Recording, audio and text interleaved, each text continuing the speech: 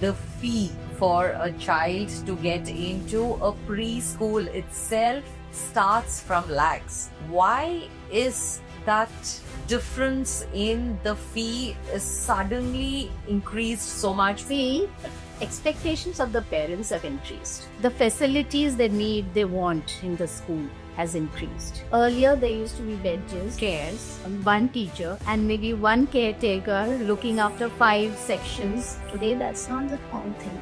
I would suggest first thing the parent should check the authenticity of the brand. Because many schools do use the name without the proper documentation. Are there any concerns as such regarding franchise? Sometimes yes, especially if we do not get the responses that we are looking for on time. Timing is a factor. I do not have to worry about my child's academic as such if I go for a franchise.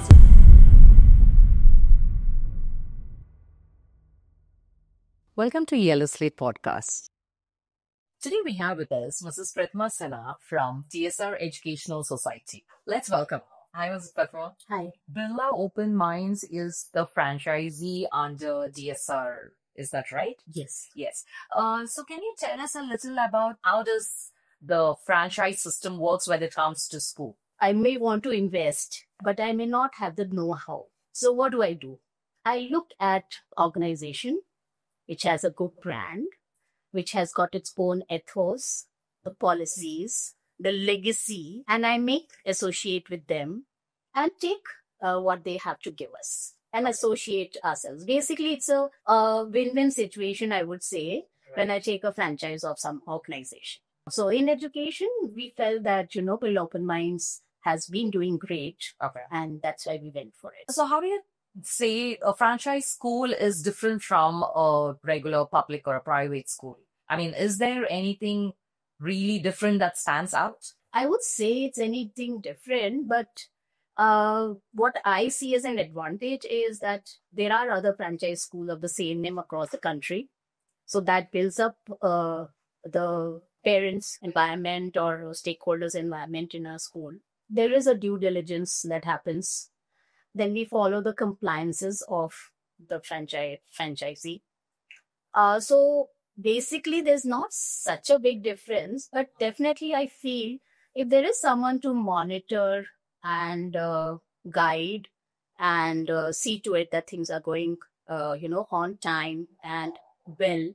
Okay. Are there any advantages as a parent for me if I go for a franchise school compared to a regular school? Yeah, I personally feel what I have seen, there are a lot of advantages. First and foremost, as I said, there are a lot of franchisee school of the same brand across the country. So seamless, admissions. Then they have a very strong due diligence that happens. So every school is kind of on their toes to see that, they maintain the expected quality. So they have like your audits. So the policies are the same across. The SOPs are same across the schools.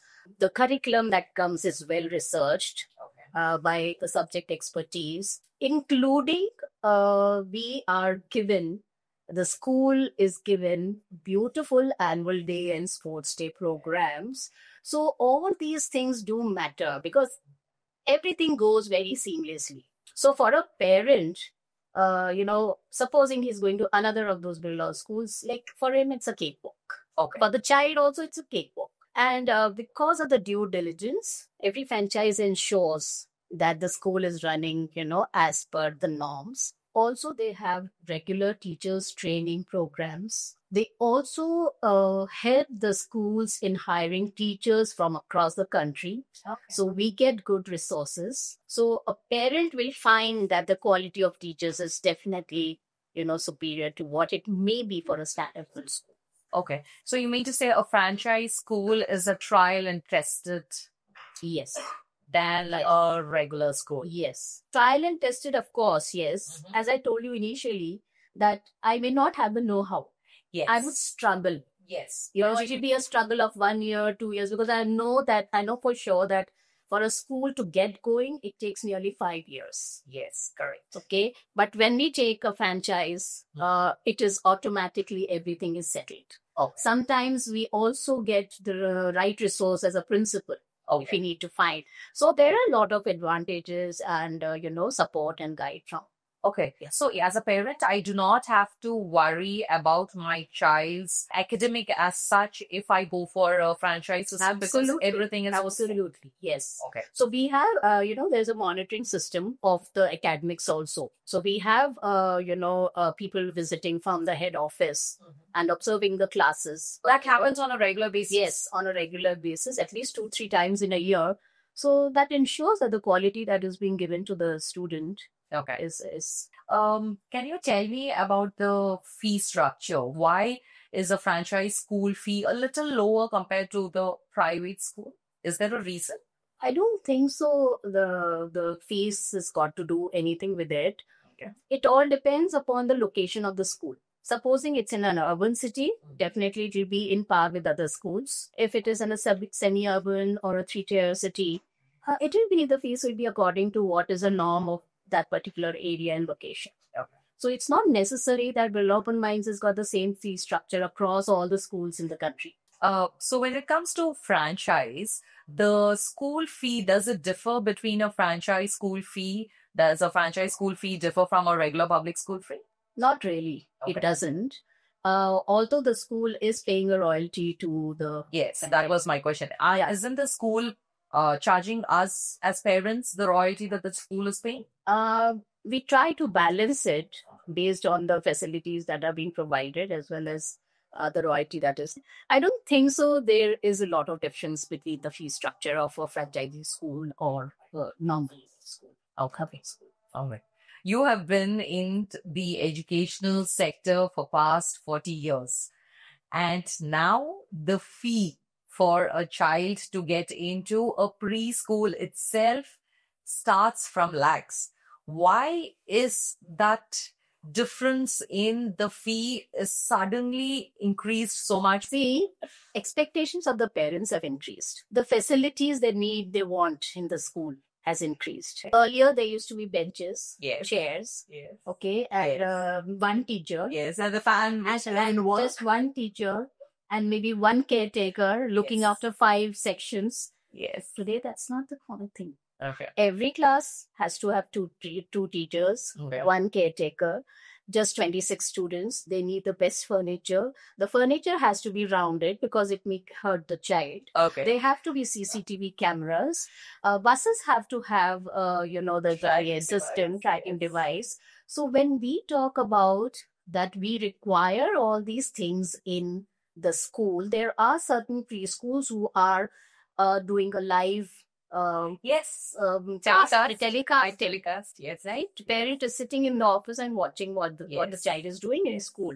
So if that is what is expected, then Okay. definitely the fees would increase. Expectations from the parents is in balance with the increase of the fees. I would also say that when I hire a teacher, I would like to give her something substantial. Earlier, the teachers were really paid a very, very low scale. But today, when we say that teacher is also very, it's a major profession, then I need to pay her substantially. Okay. So that's also part of it. Okay. So, of late, as a parent, I've observed lots of schools, the principals are not consistent. Can you give us an input about that? Why are the principals not sustaining in schools for a long time?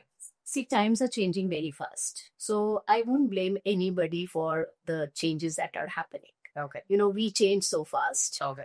The technology is changing so fast. So if the principal is on a lookout for a better opportunity, why not? Okay. You can't expect the principal to be there with you for years. No, as an educator, I'm asking you, when you hire a principal, do you have a education contract? has also become, being in education is also a profession, Okay. right? Yeah. We tell our teachers that you are a professional. Yes. Be proud of the fact that you're a professional. Of course. Yeah.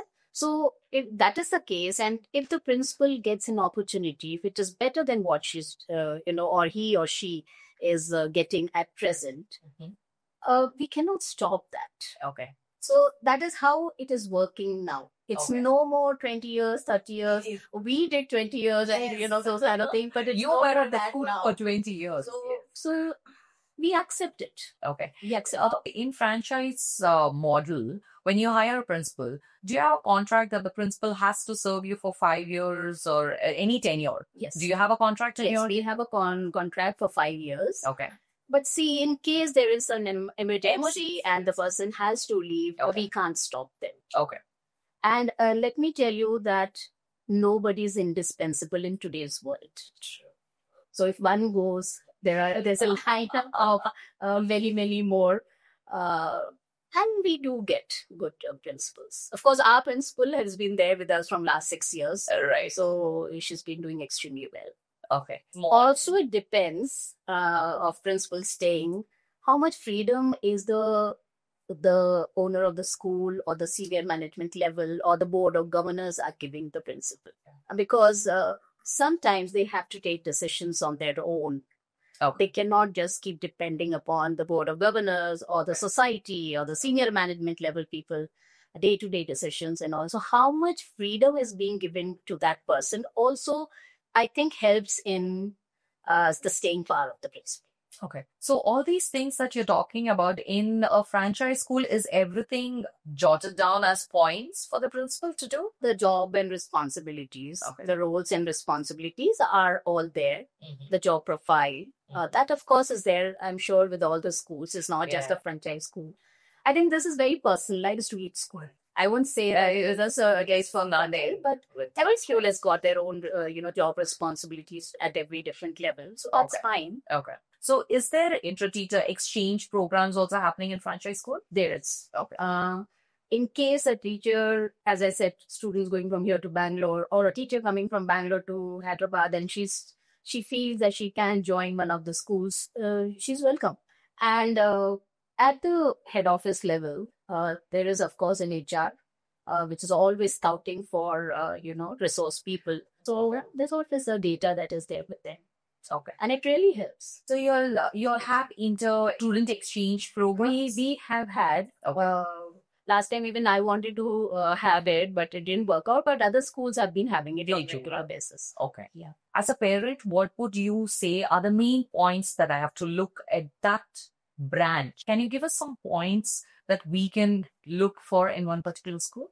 I would suggest first thing the parent should check the authenticity of the brand, because there are schools which run under that brand name, but do they really showcase what it really is? I mean, do they have the documents, the right documents to showcase that they are franchise of sorts? Can I go and ask the management to show me their documents of franchise? See, all the documents, CBSE applications, all these documents are displayed everywhere.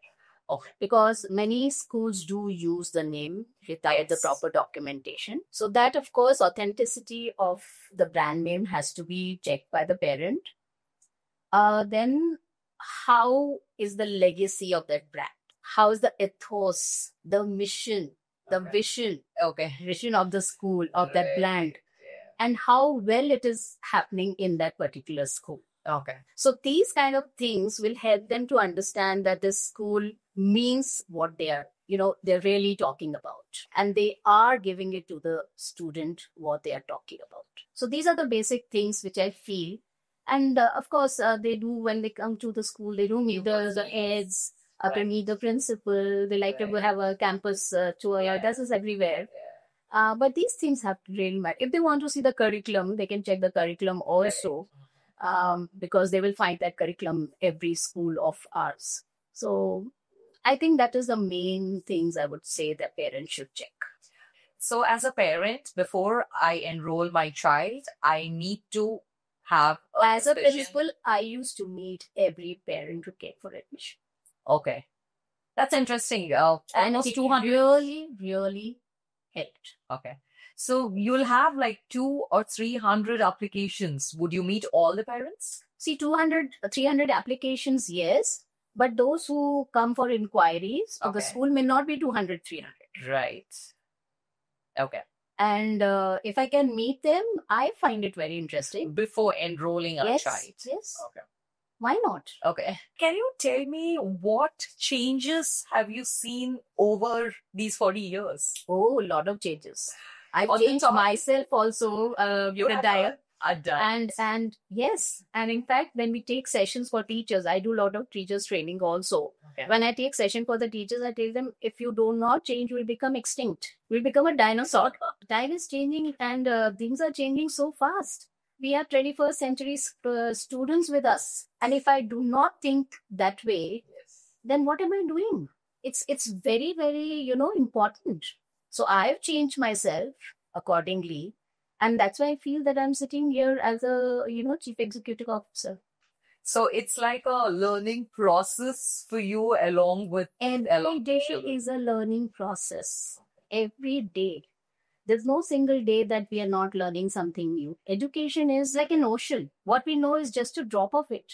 And if we do not keep in touch with what is happening around the world, then how can we help the student who's going to be outside going to the world in next 4 years or 5 years or 10 years? So saying that CBSE school syllabus is same from past 10, 15 years? No. It's changed. It's changing, and changes are happening in a positive way because of the national education policy that has come in. They are bringing in a lot of good changes, positive changes. They are bringing in, like, every day we have sessions on how you bring in art integration, how you bring in, storytelling as a pedagogy. Yes, women. Yes, absolutely. How sports have become very important, not just the academics. So a balance between the co-scholastic and scholastic is happening. There's a no bags day where, children are given freedom to do what they love to do. Skill development is happening. It is so very important because we know that once the students go out of the school premises, they do not know how to survive many a times. So, all these things are happening, and most of the schools are looking into it. Okay. So as parents, what do you suggest us that we need to look into our children? Because there's a lot of changes, as you say. The way I have studied or the way was educated is not the way that my daughter is studying. So what is that one suggestion that you would give me as a parent that I have to? First suggestion would be, please listen to your child. Give your child that kind of time that he or she really needs. This is the main factor which is troubling the students of today. There's nobody to listen to them. Why are the schools hiring the counselors today, student counselors? Right? Because there's nobody to listen to them, and they have so much to talk, so much to know, so much of exposure they're getting to a lot of things. So first and foremost is listen to your child, give them time, and just monitor the, whatever the child is doing. Trust the child, and I'm sure it will be a key. Okay. And do not enforce your thought process on your child. That if you couldn't become so and so, you want your child to become that.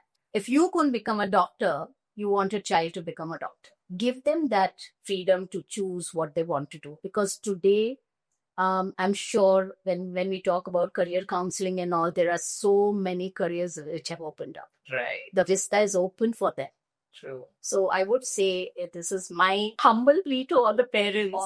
That give them time and freedom to know what they want, listen to them, and then see that the child will grow and will do extremely well. Okay, you are asking us parents to give them freedom.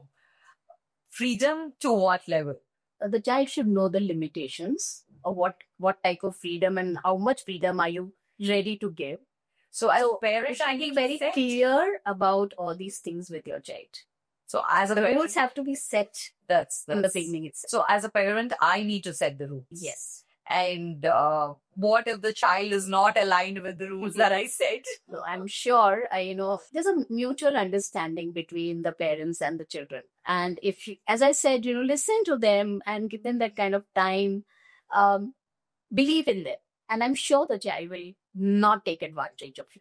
Okay. So talking about franchise, ma'am, can you tell me, are there any concerns as such regarding franchise? Sometimes, yes.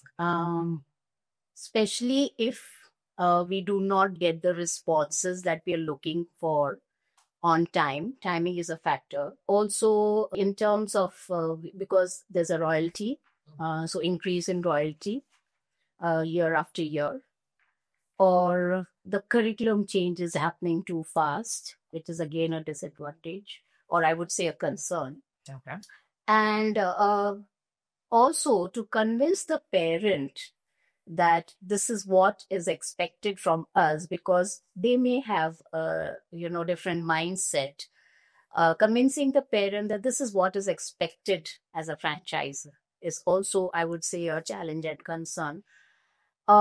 Sometimes I would say, not in the urban areas, but three-tier cities, a franchise school, may not be able to have that kind of teachers which can take in the English per se curriculum, or something which the teachers are unable to do. So these, I feel, are concerns as well as challenges for a school to take up. And if I feel that I can do something better, something more, so I expect flexibility from the franchisee. So these little things, of course, but sometimes they can become bigger things, can be a deterrent to the growth of a franchise.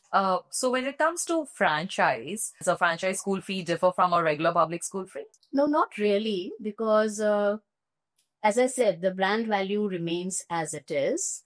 And we get all the operations, the curriculum, everything is given to us on a platter, I would say. So that know-how which I want, I get it. So it's the same. I'm using a brand name and running a school. Although the school is paying a royalty to the... Yes, that was my question. Isn't the school charging us as parents the royalty that the school is paying?